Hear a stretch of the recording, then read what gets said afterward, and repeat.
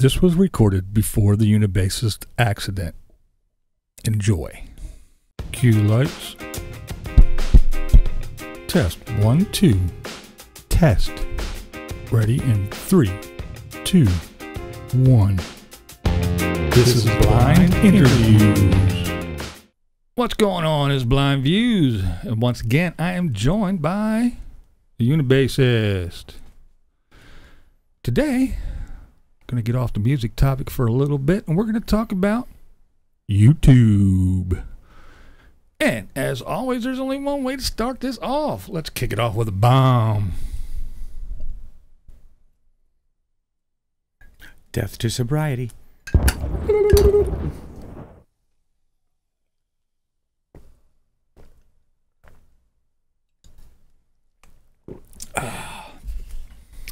I can taste all the vitamins. Now I'm ready to talk nonsense and total garbage. All right, so, my friend, let's talk a little bit about what kind of things do you watch on YouTube, and is it just the content, or does editing style and the way it's shot and all that good stuff play a part? Or, like I said, is it just the content? When I'm cruising YouTube looking for a hole to fall in. It's easy to fall in one of them rabbit holes. 3 hours later, you're going, my brain hurts. Oh, I left that burning. Fuck. Usually, what I look up is comedy. Any kind of comedy. Usually dark comedy, sadistic, you know, the real mean stuff. That I always find terribly funny. I tend to stick to humor because drama hits too close to home. You get it everywhere you go. Don't need any more of it. Yeah, I'm going to say that YouTube is a place that I come to, kind of like you just said. For escape. It's a place to escape all the stuff. If you turn on normal TV, you turn on the news or anything, you just get bombarded with, oh, woe is me, the end of times, this person got shot, this many people died, blah, blah, blah, blah, blah, political agendas and this and that and that. So you can go to YouTube and, like you said, you can punch in dark comedy, or I want to see how to change the gasket on my toilet or whatever. But you can watch whatever you want to. You're not stuck with what some programmer on CBS or whatever wants to show you. What usually shows up in my recommended list, one guy comparing one product to another, and it's usually something musical, or lately I've been kind of gun shopping. Yeah. So I see comparisons about what would be best to carry concealed, to-dos and to-don'ts. I like to watch a lot of when they put together, like, one thing I watch a lot of is the Nerdist Network, Nerdist Industries. Scott Ian from Anthrax has a little show called Blood and Guts or Blood Works. Yeah, you turned me on to that. I kind of got into it a lot. I wound up binge watching it. It was pretty cool. Pretty cool. I love watching how they put together prosthetics, how they make. They did one. This guy has his own little independent thing. It's a guy with a silver skull mask and the two knives that match, and they put the knife through Scott Ian's face so that you can see the blade in the mouth and out the other side. Nice. And then he did something where he ripped the face off. It was just watching how they put it together, because they do it first and then they show you how they've constructed it. Yeah. And Scott Ian's living the dream, man. Oh, yeah. I know the one we watched, we sat down and watched together, was he was actually on The Walking Dead. Oh, yeah. They did him up as a zombie, and he, you know, wasn't just for his show. They actually put him in the show. And he grabbed that one guy's ankle, and that guy had to shoot him in the head. Yeah, yeah. It was pretty cool. He was, I guess, like a homeless guy who turned zombie. He was underneath some cardboard and a mattress and crap, and he was in there, and he kind of came out, and I think it was the kid with the cowboy hat that he grabbed his ankle. I think, and his dad is the one that shot him. I don't know, I forget, but yeah, he was actually in the actual show though. So that was pretty cool. It was pretty cool. So I like watching how they put together that kind of stuff. Cosplayers too. Man-at-Arms Reforged, when they make weapons. Yeah. The cosplayers, how they put together their outfits. I'm a bit of a Marvel head. I grew up reading Marvel comics, and now that Marvel is on, they get their cinema universe, I like to go and pick them apart. Right. That's not the way it happened, and I'm not really a purist, but you're like the people that I guess read the Harry Potter books and then went and saw the movies and go, well, they did it okay. Yeah. Tell the story the way it was told. Right. That's I kind of like that. There are sometimes reimaginings, like the one reboot of Spider-Man where he got bit and they did it was a genetic thing where he developed a spinneret. Right. I kind of like that, but I understand why they changed it back. It takes away from showing how smart Peter was when he invented his shooters and whatnot. So comic book stuff. So do DIY gore, that kind of shit. Do you stick to like your interests, or well, we all wind up going down some rabbit hole sometimes, but do you mainly stick to your interests, or do you kind of wander off and explore stuff, or do you say, I don't know, say you're sitting in your house one day and your faucet's dripping and you go, well, do I want to call a plumber, or should I just get on YouTube and see if I can watch a video on how to change this gasket? Do you ever do anything like that? Yeah, I've researched a subject through YouTube and tried to see if I could figure out who knew what they were talking about. When you mentioned earlier about, is it content or whatnot, I would sit and watch somebody paint if the production value was professional. I've heard you rant before about shaky cameras and the gonzo style of YouTubing. Yeah, see, I don't know if it's... Makes me nauseous too. Okay, yeah, because I don't know if it's a blind guy thing and, my limited sight, but some videos, even TV, like the Blair Witch and those first-person things, some of those movies, you need to give me a Dramamine, because I cannot watch this swaying up and down jiggly camera crap. That annoys the crap out of me. It does literally sometimes make me nauseous if it's moving around too much. Even professional movies. Yes. I told you before about how I saw the first Transformers movie, and I've never seen any other one, because that first one, it was just so hard for me to follow the action when they got into mixing it up. I didn't know who had the advantage in the fight and who I should be rooting for, so on and so forth, Right. It got hard to follow. So at that point, it's like, okay, I'm out. I don't care how that story turns. I agree 100%. The other thing is, now, I want to say this in a way that doesn't, because equipment matters, but it doesn't matter, okay? A lot of people shoot stuff on iPhones, okay?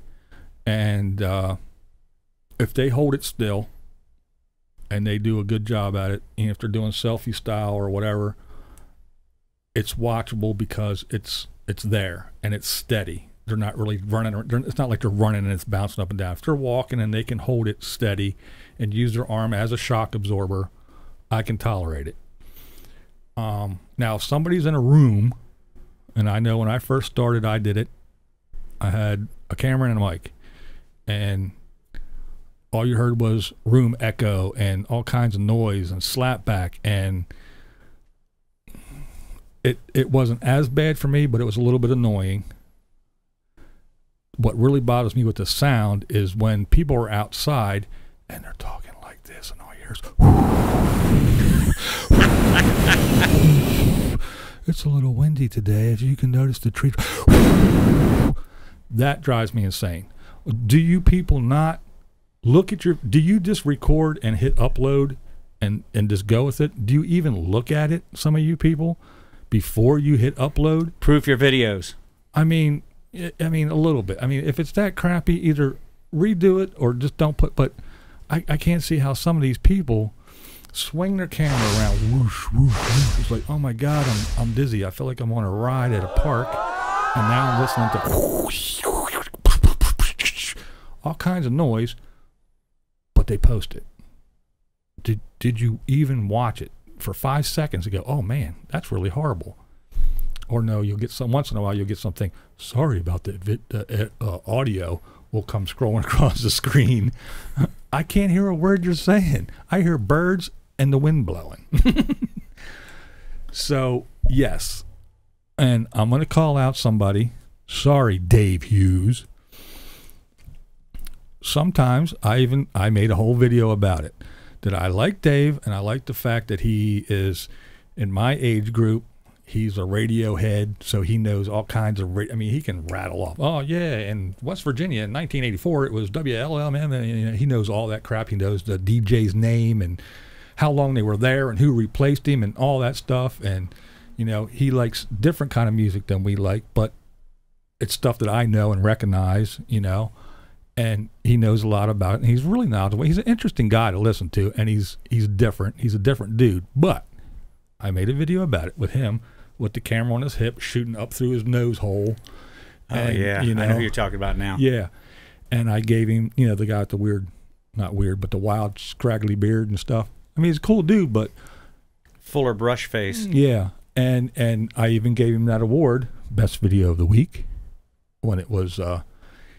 I made a video about that. I mentioned it. It was like he came outside and you heard, yeah, so it's here today. We're at this mall. and all you hear was, but it's stuff like that sometimes. And the one day he was in the basement, I noticed, Dave, somebody else besides me must have said something, because that ceiling light in the basement, when you shoot up from the bottom, up past your head, there was that white light that went, and you would move your head, and it would block it, and then whoosh, poof, whoosh, whoosh. So you get blasted with a big light bulb that was right above his head, and if he held his head right, you were good. As soon as he moved his head a half an inch, whoosh, you got blasted with white, and you couldn't even see his face. All you saw was this big halo, boom, as I make noise. But it's just stuff like that I know it's YouTube. I know we're not Martin Scorsese. I know we're not on the big screen. We're not on IMAX or anything like that. There's no production team. Yeah, right. But sometimes the point, shoot, speak, and then hit upload. Just take a little bit of time and do a little bit of, maybe I should cut this out or something. Or just kind of like notice that there's a big ball of light right above your head is blind and everything, and making a big halo on your camera and shit like that. It's cool to tweak your videos. But then again, you got people that do that. There's another Caravan Carolyn. She's an RVer. She's a lady. And a lot of her videos is she sets a camera on her dashboard pointing out her windshield, and she will drive, and we get 10 minutes of open road. Yeah. Now, those videos will get 4, 5, 6, 7,000 views.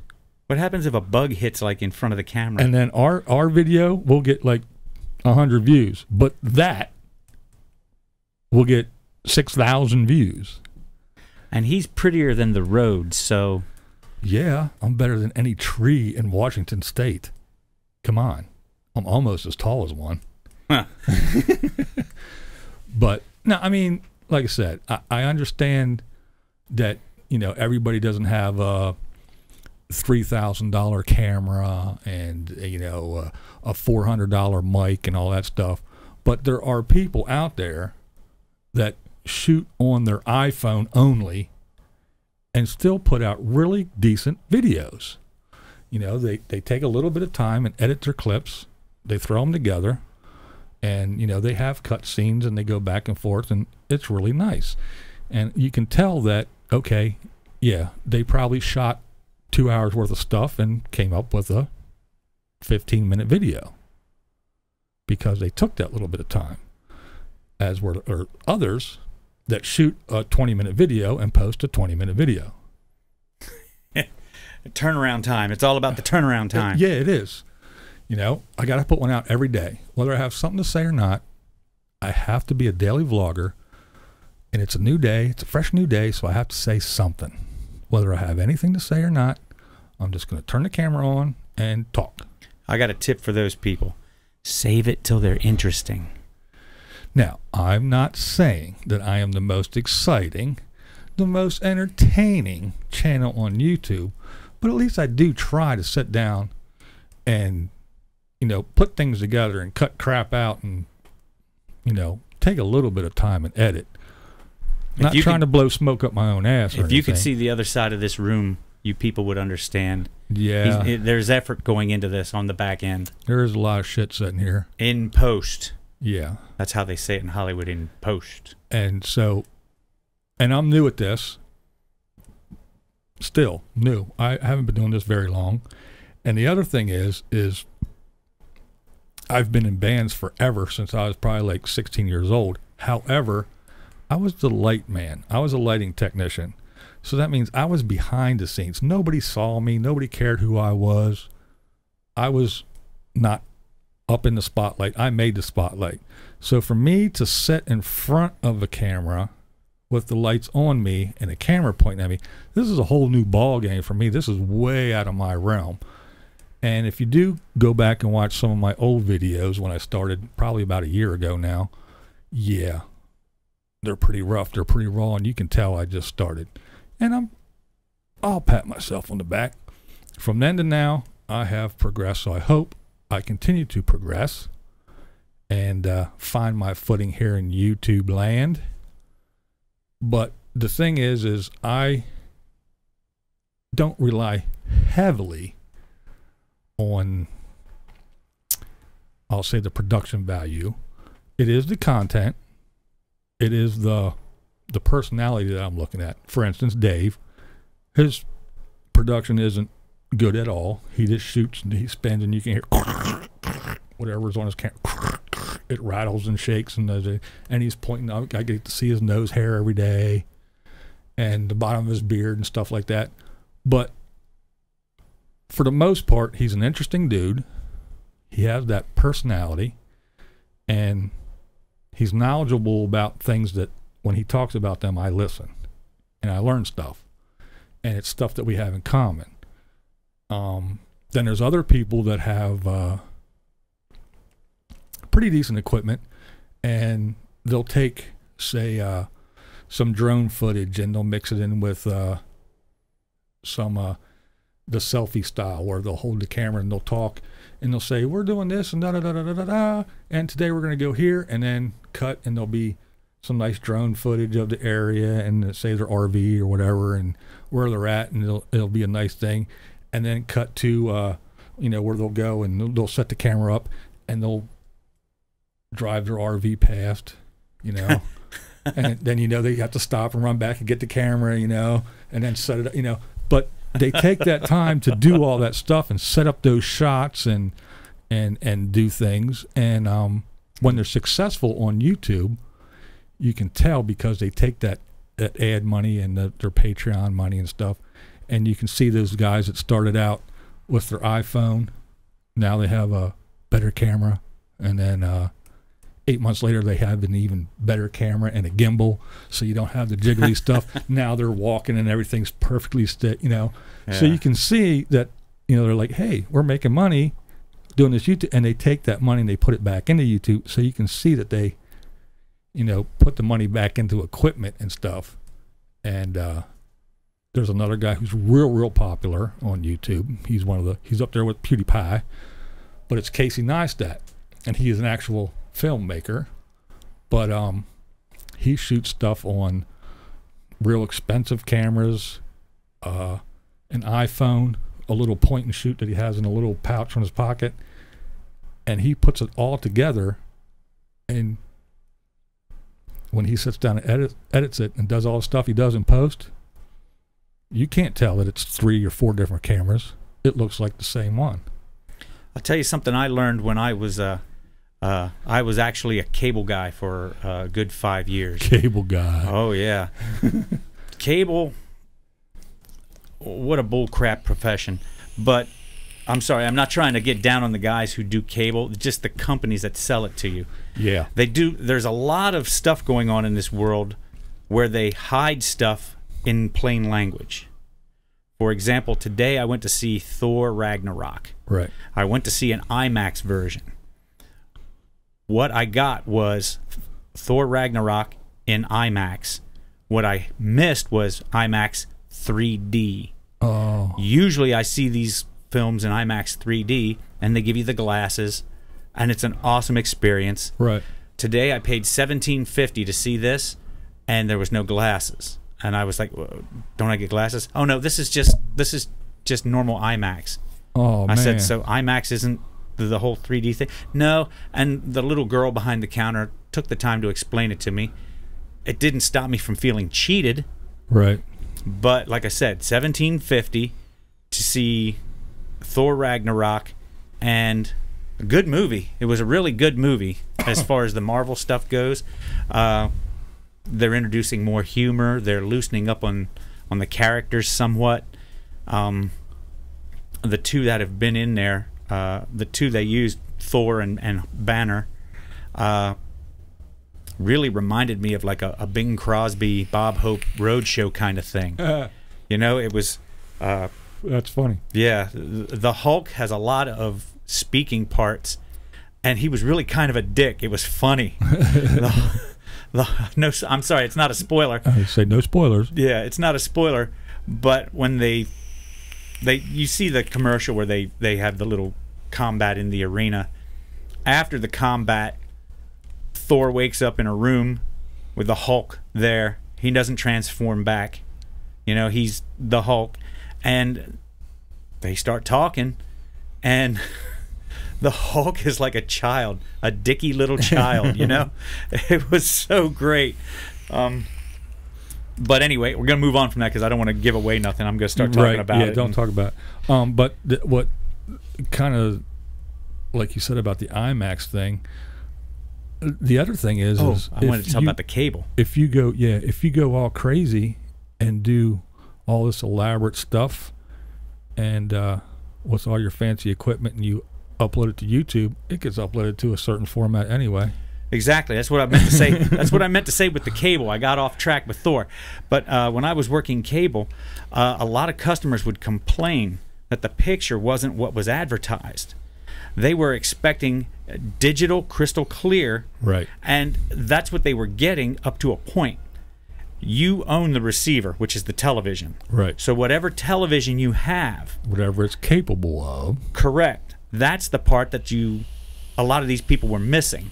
And I can understand now why they were so angry and why they felt cheated.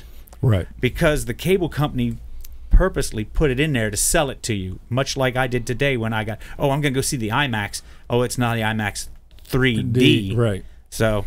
yeah, I got cheated, and now I see how they do this in everything. They sell you on a format of some sort, and you get used to hearing the key word.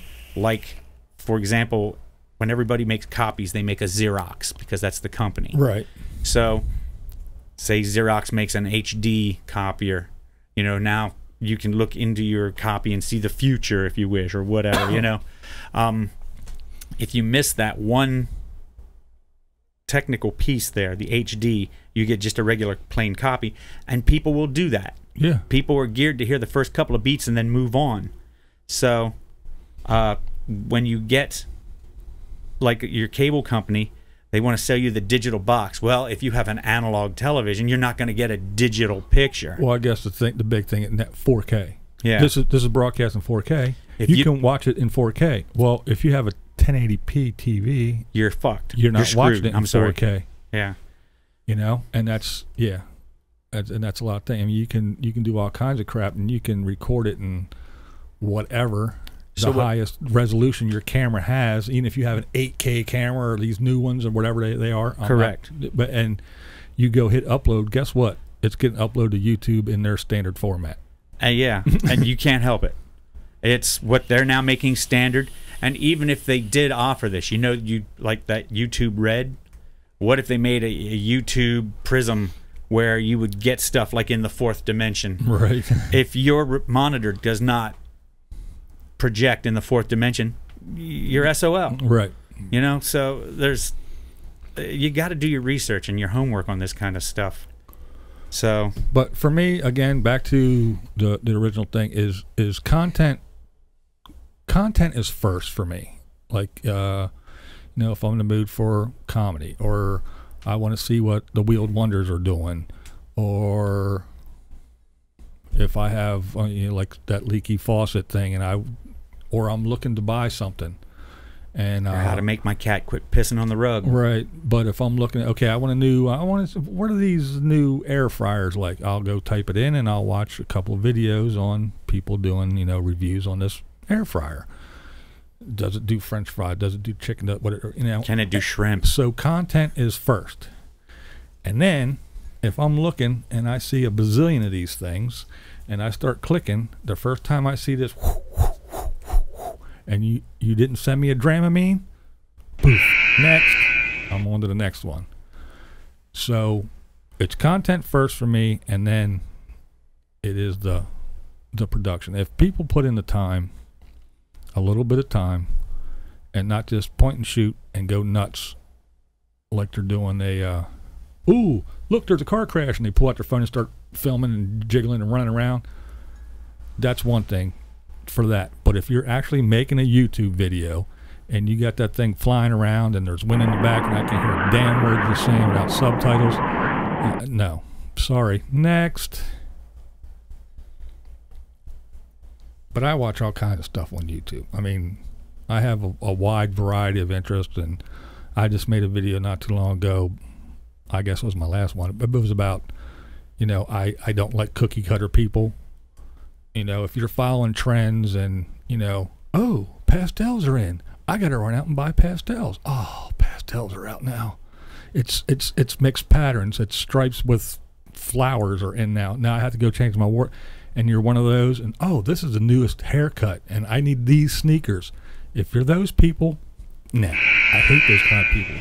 So I watch a lot of channels of weird, obscure, off-the-wall people, or people that are just them. You know, they do them. I don't understand people who follow a trend but alter it so slightly that you can't tell. I'm making it mine. Yeah. You're so individual. You follow the trend. You don't have a mind of your own. You're told what to do, when to do it, how to wear it.